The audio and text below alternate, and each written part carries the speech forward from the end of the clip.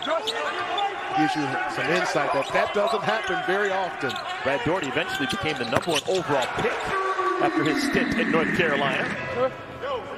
Nice pass, nothing real fancy. Just get open, deliver the basketball in a timely fashion, let your shooters take over.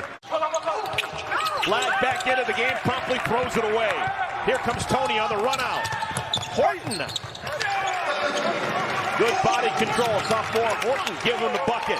A long day for them, getting up early and traveling. Having to get here today and play a game. Got to tighten up the turnovers. Coulibaly, second basket of the game for the Panthers. Golden State Warriors changed everything forever for now.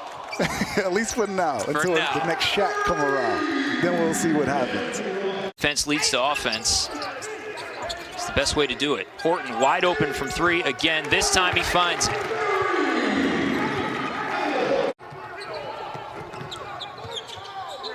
You got to run that floor a little faster, though, my man. Come on.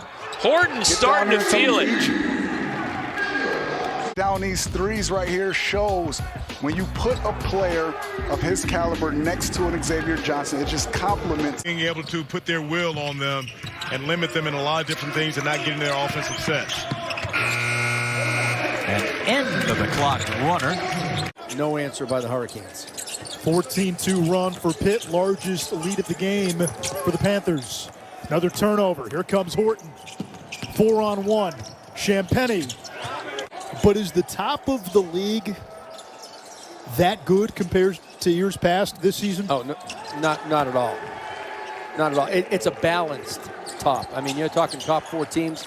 Yeah, Jordan, I wondered about that as we inched closer to the season, where the discussion around the league, when you talked about transfers, Griffin's name wasn't often brought up, but the ability for him.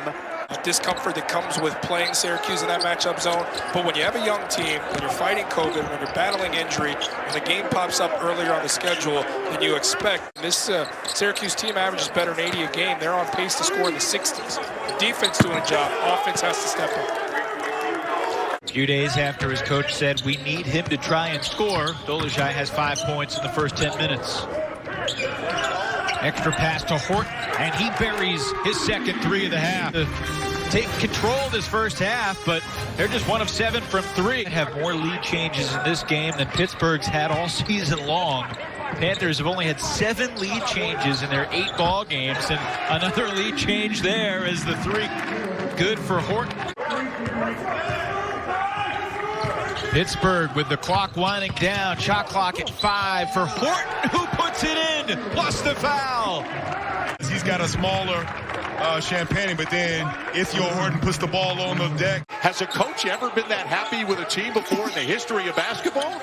No, but it's hard to find problems with that type of performance. And I go back to 2 or 3 plays. There were about 3 highlight plays from Justin Champagnie. You're going to see one right there. Stu coming up with a turnover, getting out in transition, and getting an easy one at the other end. 8-0 Pittsburgh. Jumper won't go down for Wendell Moore. Moore had a 25-point game for Duke against BC a couple of weeks ago in a game they won by 1, so they needed all of that and more. And created by the hub penetration as well, as Tony misses a long offensive rebound to Femi Odukale to set up Horton for 3.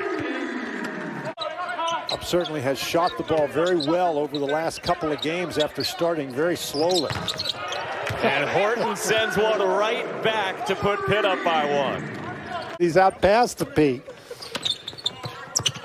Had originally signed with Wofford once Coach Young got the job and left Spartanburg, South Carolina. To go to Blacksburg, he went with him. That's a 3. Horton. So straight away with that 3, Horton, the leading 3-point shooter for the Panthers. He's making great decisions from the high post. First points of the evening for Couture. Trying to defend Horton, who shoots it right over top of him for another 3. Defensively, this is Horton. For shooting, Mike, they only shoot 66% as a team. Not tonight. It's keeping them in the game in a 2-point lead. And Virginia Tech is yet to go to the line this half. Horton with a 3. Usually Justin Champagnie, number 11. And they got the matchup they wanted with the switch for Champagnie.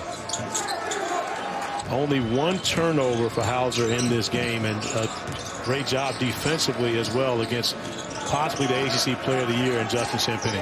Kastner said we're trying to infuse confidence in him and pick him up. A guy who just leaves it out there on the floor for his team.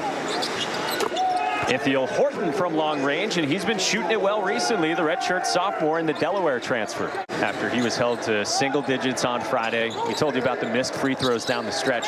He also didn't have an assist or a steal. Just the second game in his career where he didn't have an assist or a steal. For Pitt all day, but if this guy, Ithiel Horton, can get it going, he's been their consistent offense. He's wet.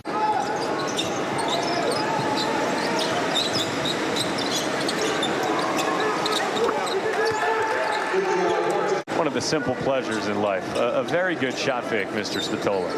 That was the only way you were breaking loose in your little schoolyard pickup games, was to multiple shot fake.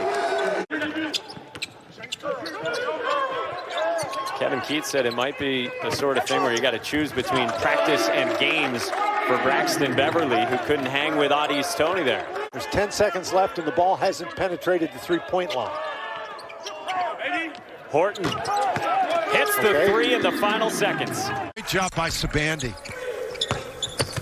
Moves in, moves out. Long three is good by Ithiel Horton.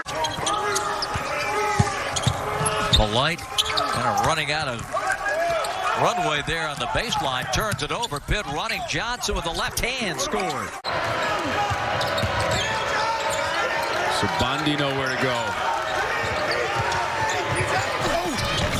Swoop on in with the shovel shot, and it'll drop for Horton. Horton, another three from Horton.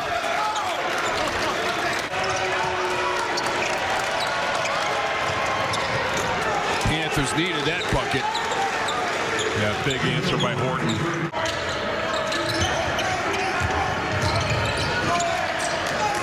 Horton, that's what they needed. Fast break points. That's been the difference in this game. Both teams have made their fair share of three-pointers, but when you give the basketball away, it leads to easy buckets on the other end.